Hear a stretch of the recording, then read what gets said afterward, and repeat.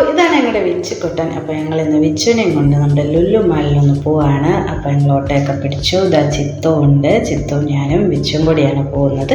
അങ്ങനെ ഞങ്ങൾ ലുലു മാളിലൊക്കെ എത്തി. വിച്ചു കുറേ റൈഡിലൊക്കെ കയറി. അപ്പോൾ ആ കുഞ്ഞു വീഡിയോ ഒന്ന് കാണാം.